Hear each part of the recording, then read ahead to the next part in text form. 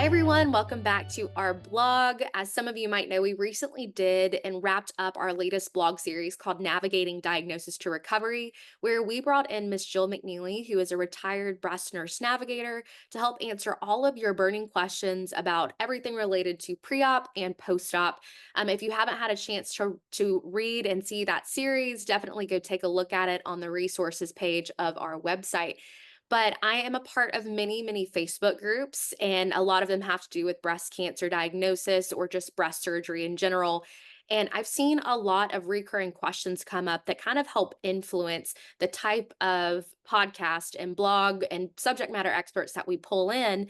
And today I wanted to use this podcast to bring you insights on what you can expect from diagnosis to recovery through subject matter experts. And we're really excited to welcome Tara Williamson, a founder of Pink Ink Tattoo. She is a friend of ours at Three Strands, and her medical office is in downtown Lewisburg, North Carolina, which is about 30 minutes from Raleigh.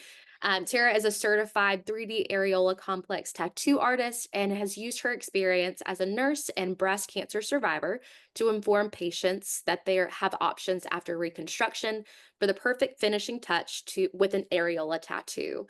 So today we're going to shine a light on this exciting option for patients and just allow you to hear more from Tara. And I think you're going to be blown away from her and her story, and just how amazing I think she is. So thank you, Tara, for being here today. And I'm just so excited to catch up. I know it's been a little bit since we've seen each other. So Well, thank you so much for having me, and I am truly honored. So I appreciate you getting the message out about areola tattooing and how important it is for that final step. absolutely. And I know that it means a little bit more to you than most because you've also had a really interesting story with breast cancer. You know, for me, it was my mom's diagnosis, and I know for you, it was your own diagnosis. And I would love to be able to tell the audience a little bit more about your story and what influenced you to turn from nursing into a tattoo artist. And if you can kind of share your insights, we'd love to hear them.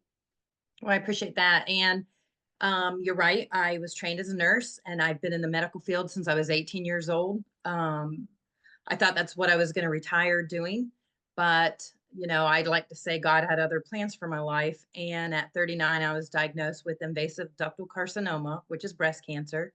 It started out calcification. They just wanted to watch it. It was found on a mammogram. I had a great doctor, primary doctor, that said, let's do a baseline. So I started having mammograms in my 30s. And then at 39 is when the call came that said, I'm going to send you to Raleigh. You're going to go see a breast surgeon. And I thought, well, maybe it's just like fatty tissue. I don't have family history. I don't feel any lumps. Maybe they have the results mixed up with someone else. And so I wasn't too concerned until she said, your films won't be there because it's too early. You just did your mammogram, but they'll be sent. She's aware. And I said, oh, that's all right. I'll just pick them up. I'm right beside the hospital. And that was probably the worst thing I could have ever done because as a nurse, I can read all that medical lingo. And when I saw what they wrote, I almost fell out of my chair. Like I went straight home and I looked at my husband. I said, we got to go talk outside. Like, I can't even believe this.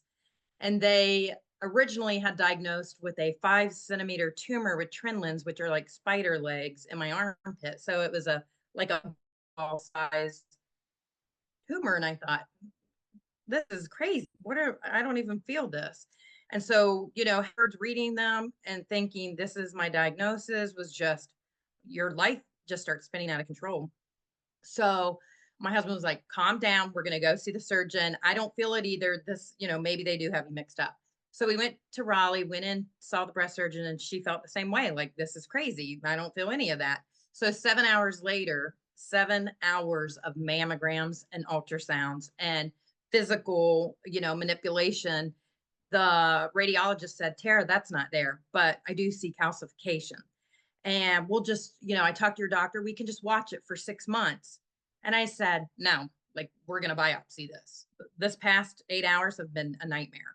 And so she was like, well, that's kind of aggressive. We can just watch it. Typically they don't turn into anything. Something in my gut said, push for it, advocate for yourself and get it biopsied. And I'm glad I did because it came back stage 0 DCIS, which means it still is encapsulated in its tumor, but it hasn't left the duct where it was located. So it's not into the surrounding tissue. Well, immediately I told the breast surgeon, I want a double mastectomy. And she said, that is way too aggressive. You're going to do, you're going to do a lumpectomy, radiation, and tamoxifen. And I said, that's not what I want.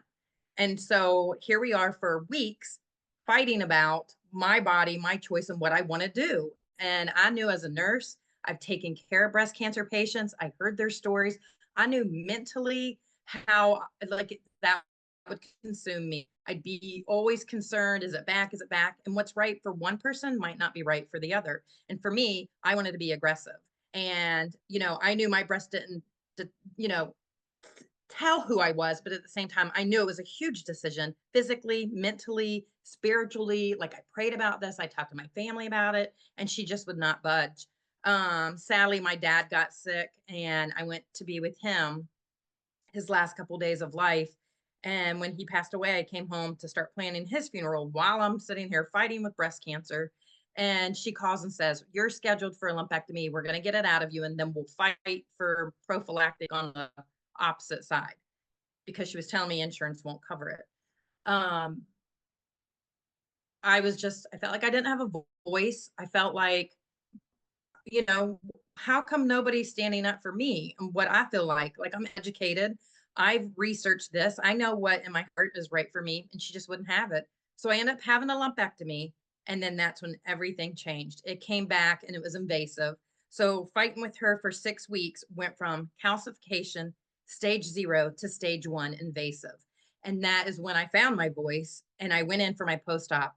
And I was like, if you can't support me in my decisions, I got to go. Like, this is my body. And God forbid you're ever in this situation. And because if you are, I hope that your doctor can listen to you.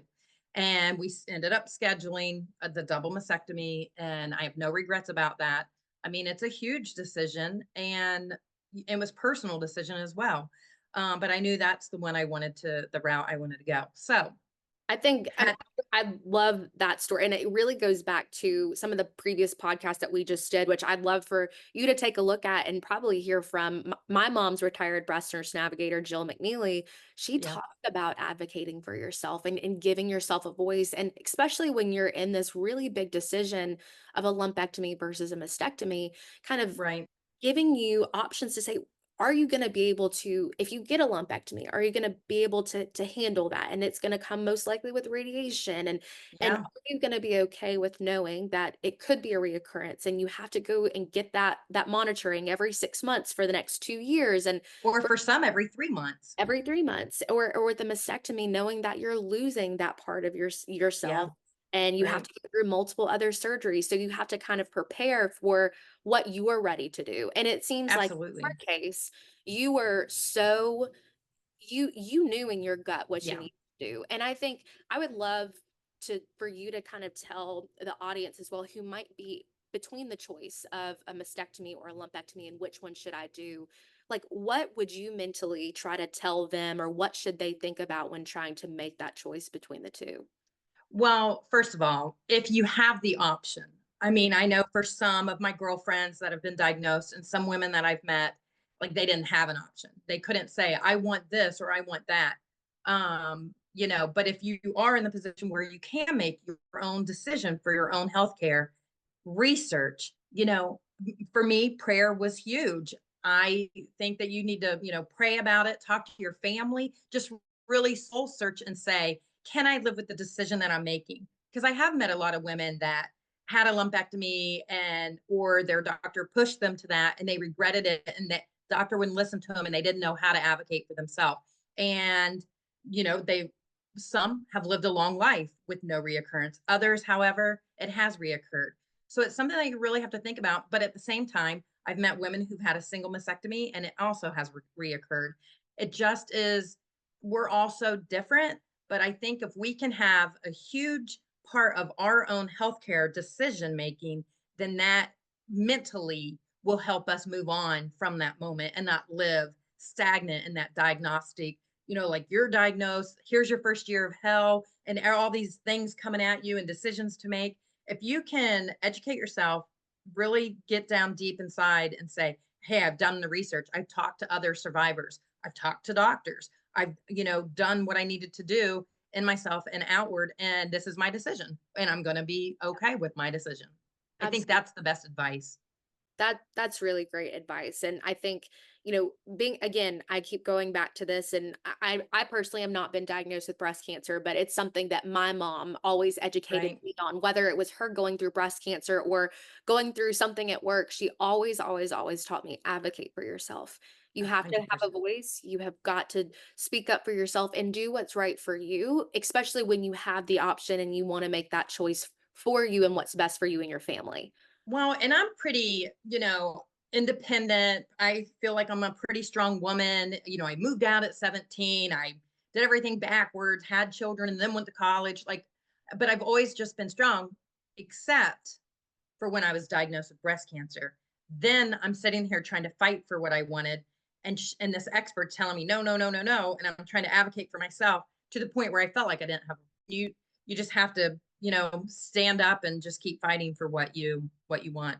Absolutely. Well, and I mean, obviously, you had this diagnosis. You went through this whole part where you had to kind of fight back and forth basically with your surgeon, and you ended Yeah. up getting what you felt was right for you. And then you decided to go into this whole nother area of your life Mhm. of 3D tattooing. And so I'd love to kind of share how that transition happened and kind of where it all began.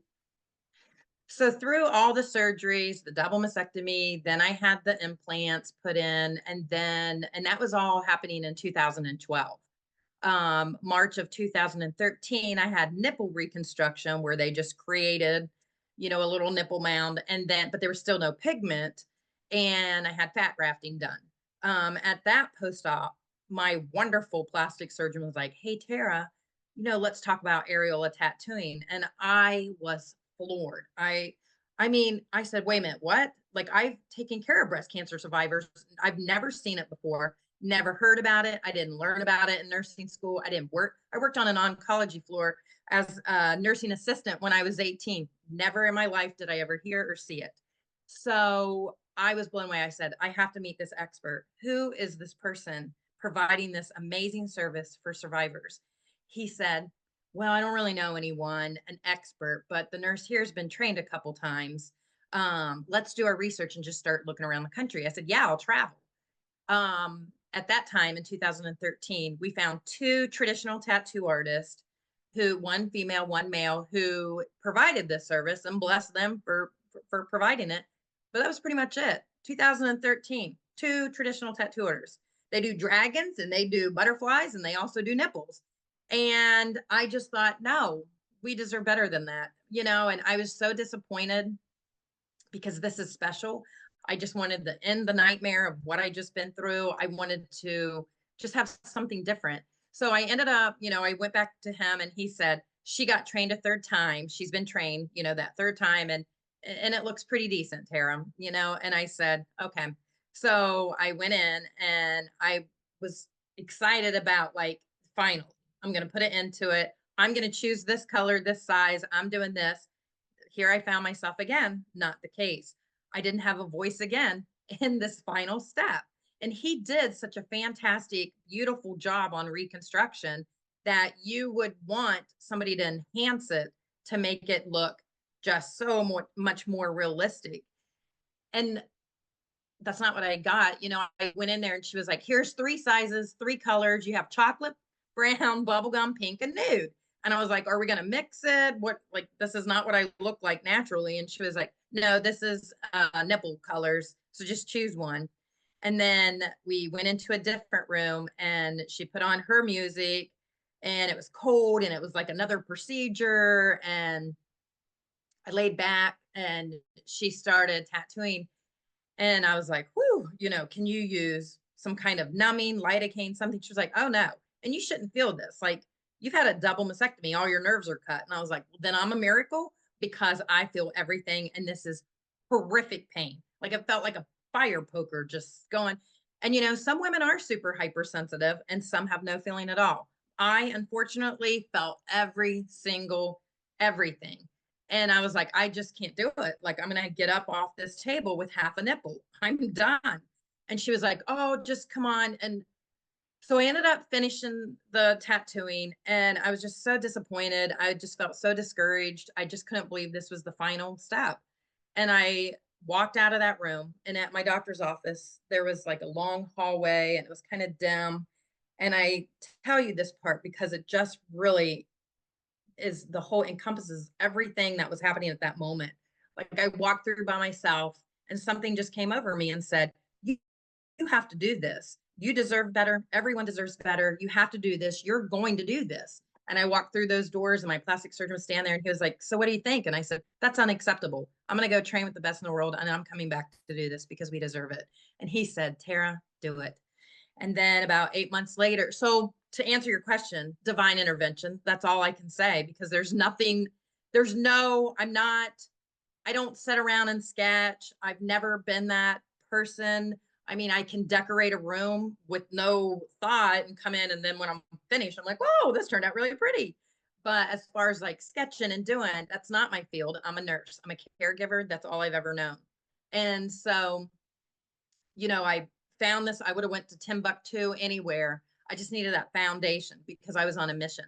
So I found this lady who had a really, compassionate heart for breast cancer survivors. She taught permanent makeup and other things. And we did a one-on-one 12-hour days for 2 days. And literally that's it. And 30 minutes after being there with her, I was sitting at the foot of the table where the patient, a live survivor, sitting there, with getting a unilateral tattoo done. And I had, which is a little more difficult than doing bilateral because you're matching a natural areola. So, I sketched it or wrote, drew it out, and she kind of just tweaked it a little bit. And then she started tattooing and she looked at me, she said, you know, do you want to take over? And I said, yes. And it wasn't like I was cocky confidence. It was like, I'm on a mission confidence. And I knew when that pen hit my hand, and it literally, I've been doing this over 10 years. And to talk about it, like it just takes me right back because I know that feeling for that person. So, and how I felt. So I, did it. When we were done, she looked in the mirror and she cried. And the teacher was like, oh my God, Tara. And I got all teared up and I just couldn't believe it. And I was like, thank you, Lord, for giving me this talent that I didn't know I had. Right. And it just started. And then I came back and I called my plastic surgeon and said, hey, I started my business, Pink Ink Tattoo. I've tattooed 4 women and here's my plan. And he was like, get in here. And so I went into his office and he stood up and put his hands on the table. And after, he saw my portfolio and on, he was like, Tara, this is my office. You get in here and you help women. And I was there almost 8 years, seeing women from all over the country. A couple years after that, I started going to different plastic surgeons. They would reach out, cancer hospitals from all over the country. I would travel all the way to Fort Worth, Texas, Mississippi, to get to women and men who couldn't make it to me. Right. And then back in 2021, I was like, I'm outgrowing his office. I need my own space. And I wanted to expand a little bit more because there was a lot of women who've gone through chemotherapy and their eyebrows never grew back. So I knew that was just another extension of what I can offer. And I had referred them to people, but then I would get feedback that the bedside manner was just not what we deserve. And Right. so I knew that was another, just extension of Pink Ink Tattoo. And so in 21, I opened up my own medical office. So it's not a tattoo shop. It's not a parlor. It's literally a medical office in the insurance company. And I see women and men now from all over the world. I mean, I've seen them from Peru, Canada. I just tattooed someone from Africa. She Wow. does have a house in Georgia, but she's a missionary in Africa. And so what a blessing and an honor to be able to touch so many, women and men in need, and me as well. Because every time somebody sits in my chair, I literally get to live vicariously through their experience. Because when they walk in the door, it's not another procedure. It's almost like a spa in my office. It's comforting, it's welcoming, and it's all about them. If they want 50 people, if they want one person or no person, it is literally what about them. If they want to record it, not record it, what music they want to listen to. And then it literally is every single T crossed and I dotted as far as your care. The ink that I choose, it's, formulated in the United States, it's gamma sterilized. So it's different than, you know, other traditional ink, which we can go into if wanted to Yeah. follow up with. Absolutely. I mean, it's amazing, and it gives me chills to hear that story. And I know a minute ago we were just talking about, this is probably one of the more difficult jobs, is being involved in this line of work, is Oh yeah. being able to having to hear patient stories and to hear some of the horror stories, and Yeah.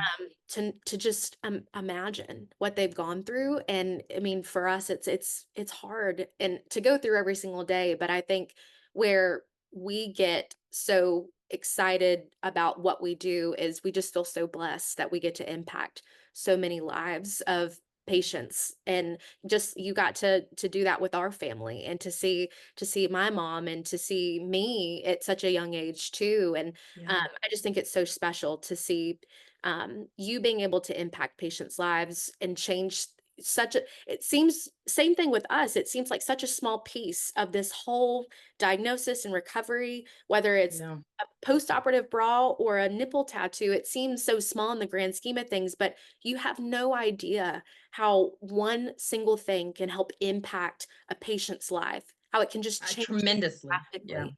Yeah. So, I think one thing that is really important, that a lot of questions that our audience has, is a lot of them are on the fence about whether or not Sure. they should do it, whether they should get a 3D nipple tattoo, and if it's something that's right for them. And they have a lot of questions about how the process works. And I know your experience was definitely not what you No. provide patients today. It is very, very different. And I've got Completely opposite. complete opposite. And I'm hoping that you can kind of walk these patients through what a consult with you look like. If you can treat me like I'm a patient that has recently come in, I'm kind of on the fence, I just sat down on Sure. your table. What would you do from start to finish, including consult? What does insurance reimbursement look like? Am I going to hurt? Everything from sitting down on the table. Sure. So when someone reaches out to me, usually we do this through email or over the phone. Every once in a while, we'll do a Zoom also for a consultation. But basically, everything I send them is what we would talk about in person. Now, if they want to meet in person, but like I said, I have a lot of women and men that travel from out of state. So that would be a lot of traveling just to do a consultation. So I can Zoom, or we just can talk about it, all the details. And I'm pretty detailed about every single step. And I like to put it in writing so you can always reflect back to it. But coming into the office, like, we wouldn't mix anything if we were doing a consultation.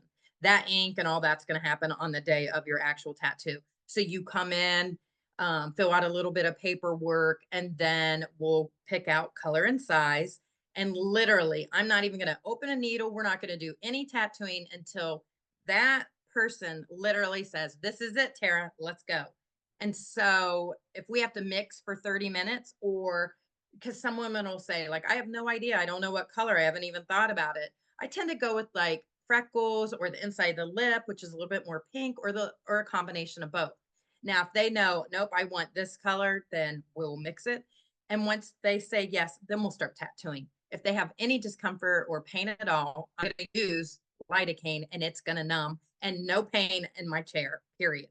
Right. They're why we don't have to suffer. We've already been through enough. No pain. Right. And I think too, it's important to note between your bilateral versus your unilateral patients Correct. too. I mean, I know from a single mastectomy, that process may be a little bit more different than if you had a bilateral and you're getting that tattooing done, just from the pain that you may have or may experience. So could you touch on that too, the difference between the two?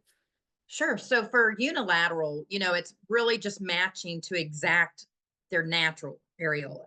So I just draw that out, mix the color to that, and then we'll do the tattooing. Now, if a lot of women have had either a reduction or a lift on that natural opposite side to be able to be more symmetrical with their reconstructed breast, In that case, there seems to be more sensitivity. So we just talk about that in advance. They're already pre-aware of it. And I go ahead and numb that before we even get started so that I can go in and then cover that scar I do scar camouflage or add areola coloring to cover that scar and add to that pigment to the nipple. So that's the pretty much the only difference as far as like pain and sensitivity. Double mastectomy, some are hypersensitive, like I said, some have no, feeling. And then we'll do that. And then we'll talk about all the aftercare, showering, how you're going to care for your tattoos. I'm more aggressive when it comes to caring for them only because this is not a traditional tattoo. And this is a whole compromised area, your chest, that you've already had surgeries, whether it's radiation, deep flap or tram flap, where they take skin from a different location. So we have compromised tissue. And I just want to make sure, and I specialized in wound care as well as a nurse. So for me, I'm all about no infection. I want to use that antibiotic ointment. We're going to do this, that, and the other. And that's super detailed with them. Plus, we go over it. And of course, they can always contact me 24 hours a day, 7 days a week with any questions and concerns. And I'm just always there for someone because I've been through it, so I understand it. And then for a touch up, it's rare, but if I do touch ups, I give everyone 1 year. I mean, and people say that's unheard of. I can't believe you do that, as a business. And I'm like, as a survivor, I know when you're coming in, you're making that decision, and it's intimidating for some women and men to have an areola tattoo. So there's so much nerves and stress and things going on. And 6 months down the road, they might say, oh man, I should have went a little bit bigger, darker, whatever. You have a whole year for a free touch up. You just give me a call and I'm going to schedule you and we can do any changes at that time, which I think is just so important. And I've had that from the minute I started, April of 2014. I've always stood by that because time does heal. And over time, you become more familiar with your new body and accept your new body. A lot of us, do by then. And if you want to make a change and it's been 10 months, let's get you in and schedule and Yeah. change it up. So what does that maintenance process look like? Do you typically see more patients come in within that 1 year time frame or maybe beyond that to get a touch up or if they need to make some changes? Or is there anything else that they could do if they've made the decision and they need to kind of maintain the tattoo over a 10-year period? Is there any advice that you would give to these patients? So I'm glad you said 10 because it's literally been 10 and a half years I've been doing this. So I can only go by what my own experience Right. as the provider. And to tell you the truth, I've only seen a couple of my like original first clients because, well, when they called, especially this one, I just knew there probably wasn't going to be any ink. It had been like 9 years, 8, 9 years. And she went really, really little, really, really light. I just like flesh tone. I thought they've got to be completely gone. And she came in and she was like, well, she said, no, Tara, they look great. I just, want to come in and it's been a while. So she came in and I was like, oh my goodness, like they look amazing. And she was like, I know, but I got a new boyfriend and I want them darker and bigger. And I went, oh my God. So, it just depends. If you tan in the tanning bed, if Mhm. you lay out with your top off, they're going to fade. You know, all tattoos do, even the traditional tattoos. Right. So I just tell, women cover them up or put sunscreen on them to keep the longevity of the tattoo. Aftercare is extremely important. Follow those directions. Don't listen to anybody else that says, I have a tattoo, or not follow the directions. And then that I have seen where we've had to do it. I have one person, this is the only one I've ever, I think, done 3 touch ups. And it's because she is adamant with coconut oil. I love coconut oil. Don't get me wrong, but don't use it after the tattooing. Right. And I just, I say it 100 times. And so when she called, she was like, yeah, they're about gone. They're faded or blotchy. And I'm like, well, what'd you use? And she was like, coconut oil. And I'm like, just don't use the coconut oil. Just give me 30 days Yep. and follow my directions. Got it. And I think this final time she finally did. And it's been a couple of years. And last we chatted, like they looked really good and she was really excited about it. So it's really just following the aftercare Right. instructions. Right. And so, okay, so two follow-up questions to that. Maybe for those that are just first time, this is their first time getting the 3D tattoo. A lot of times I see questions about recovery time and like, Sure. some people have never had a tattoo before, so they have Right. no idea what to expect in recovery time. And, obviously this is not going to put you out of work by any means. I would not think, but I mean, I'm about celebration. So if you need to take the day off to celebrate, please do do. it, do it. But at least, Right. wearing your bandages, I mean, for the first couple of Yes. days, what can they expect There's after? really no downtime. There's really no downtime. You can drive yourself. I've had women come at lunchtime at their work, and have their tattoo and then go back to work. Again, I'm about celebrating. So, hey, but really it's just changing your bandage a couple of times a day for 3 days. And then you're going to just switch to a couple of different, lotions and things that I recommend. And that's really it. The first 7 days, however, I tell everyone, no lake water, salt water, or public swimming pools just because of the bacteria. You just, again, want to avoid anything that's going to cause a lot of bacteria or heavy sweating, friction, things like that. You can walk, you can lift weights. You're just not going to run a marathon. And Right. so, if that's something that, like, I'm going to get my tattoos October 1st, but I have a marathon or a 5K October 6th, I would suggest let's wait until afterwards. Got it. Got it. And I know this is very broad question because we also deal with insurance on our end for Sure. post-op bras, and it varies by state and jurisdiction that you're in. But could you give us an idea of insurance coverage on that first initial tattoo, and then maybe if you have to go and do some follow-ups, whether that's 5 or 10 years down the road, will insurance still cover that? Is that an out-of-pocket cost? You would think. So I'm in the insurance system, and what that means is they get a detailed receipt with everything, medical codes, everything that the insurance company Right. needs. They submit that for reimbursement. Of course, if they haven't met their deductible, which most women have by then it will go to there, and that's kind of hard to fight for. But if they have already met it, then absolutely this is covered. And part of the 1998 Women's Health Act law covers, breast reconstruction and areola tattooing. Now, if for some reason they are denied or they're only going to get, paid back a certain amount, I tell everyone, you reach back out to me because it's not just come and get your tattoo and you're out. I'm here to advocate for you as well. So if like I in the past I've had someone call and say they only want to pay this amount, what do I do? And I say, and I'll email them and say, here's what I would do if it were me. I would appeal and write this. And then I send them everything that I would Right. do, and including, laws and bills that have passed for our own healthcare. And then they submit that. And literally, I think pretty much 100% of that time it's reimbursed once they've had to appeal it. But you may have to advocate for yourself, for that second Right. submission. Right. And I mean, it's such a special piece to kind of this closing that Yeah. chapter and closing the door. So it's definitely something worth considering doing. And I think again, like we mentioned, some people are on the fence to doing the 3D tattoo sometimes. Well, and I've met many of them, especially when I do events or anything. They'll say, I've been waiting, it's been 5 years. But here's Yeah. the thing, just research it. And when Yeah. you're ready, you're ready. That's why when I make appointments, someone are like, I know you're, booked out until 2025, blah, blah. And I'm like, actually, when somebody calls and said, like, I'm ready, I've been waiting, like, I'm ready, I just finished, I'm ready, when can you get me in? I Yeah. accommodate. If I have to stay late, come in early, whatever I need to do. I've had many a days where I haven't had a lunch because somebody wanted to get in, and I just can feel their passion and urgency of, like, I'm ready to put this behind me. Right. So can you be here at 12 tomorrow, because I'll see you at 12. Yeah. I'll eat later. They're more important than me at that moment because I understand how it feels just to want to move on and go live our best life and put this behind us the best that we can. And like we were just mentioned, some people may be on the fence, but Sure. do you have a success story? Something that kind of sticks with you of a patient that, Oh maybe gosh. was on the fence and got up and saw that and it just changed their life? I mean, something that Well, stuck with we would have to do a whole I nother show. know. I'm not even kidding. There's one, and I love her, and we're friends to this day.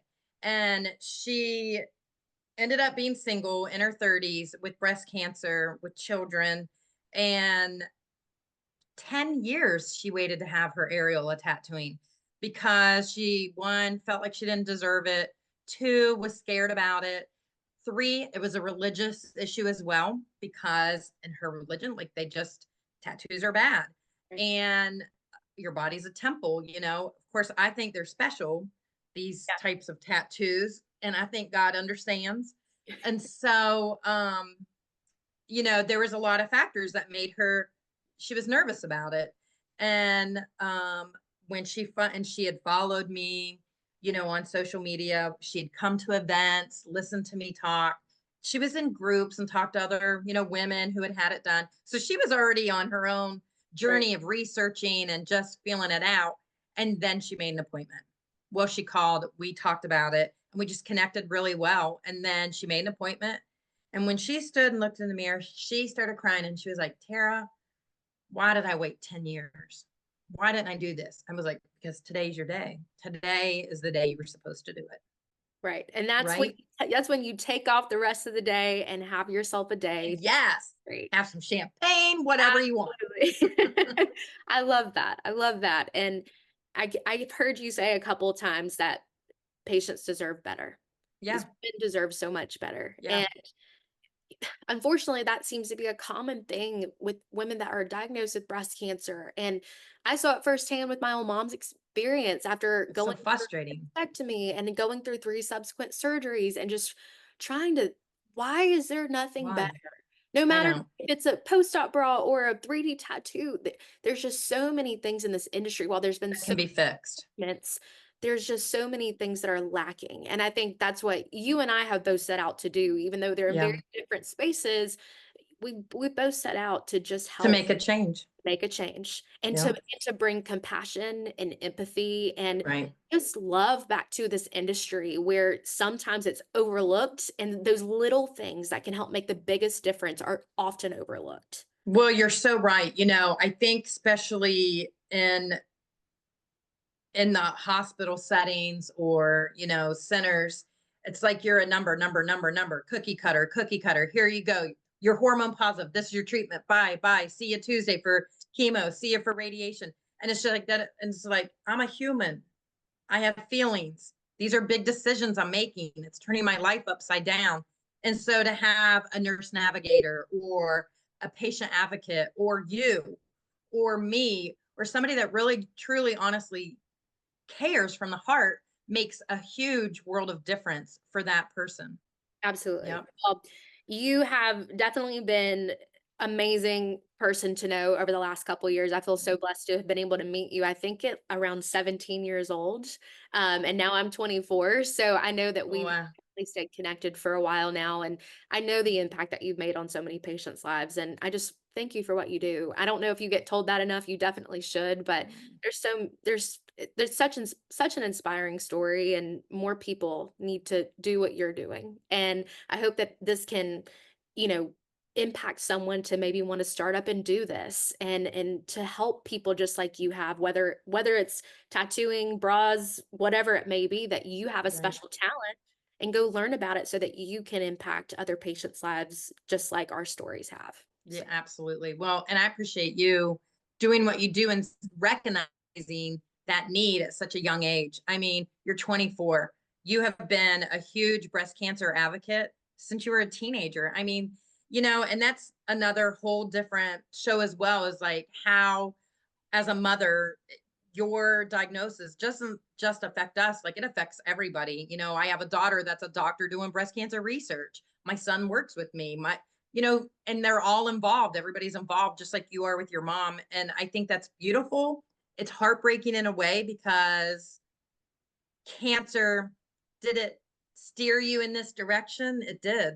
And if your mom didn't go through this, you wouldn't be doing it. But at the same time, look at the positive and the amazing gift that you're giving back, you know, when people meet you as well as me. So there's you know, we have to look at the silver lining in Yes. all of this. You know, as cliche as it sounds, I say it all the time. Everything happens for a reason. For sure. There's a reason that things happen the way that they do and where you end up. And I know that for personally, it's God's plan, and Yeah. you just have to trust that process is shaky and as blurry as that might be. you just have to know that things work out the way that they're supposed to. Absolutely. Trials and tribulations, everything. Right.